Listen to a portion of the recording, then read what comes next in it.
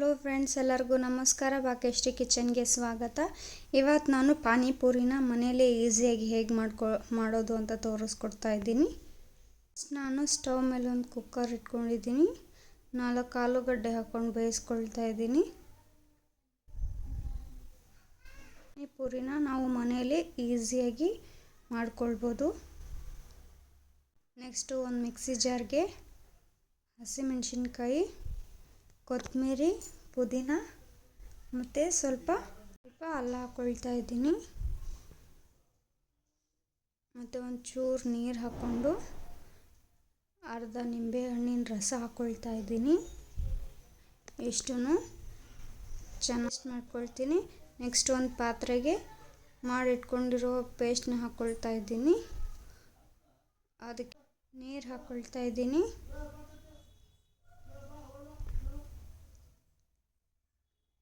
ನೀರು ಹಾಕ್ಕೊಂಡ್ಬಿಟ್ಟು ಹುಣಸೆ ರಸ ಹಾಕ್ಕೊಳ್ತಾ ಇದ್ದೀನಿ.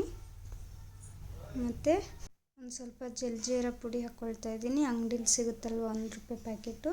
ನೆಕ್ಸ್ಟ್ ನಾನು ಸಣ್ಣದಾಗಿ ಹೆಚ್ಚಿಟ್ಕೊಂಡಿದ್ದಂಥ ಈರುಳ್ಳಿ ಮತ್ತು ಕೊತ್ತಂಬರಿ ಹಾಕ್ಕೊಳ್ತಾ ಇದ್ದೀನಿ.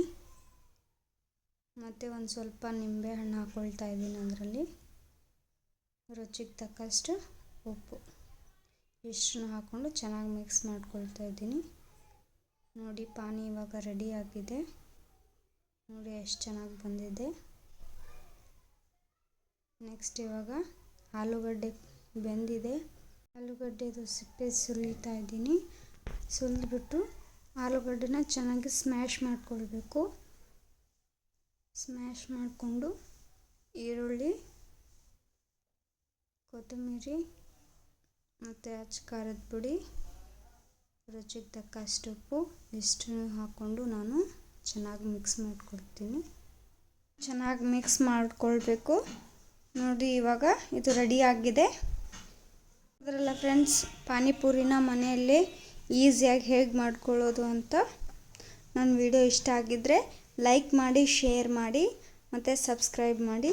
Thank you.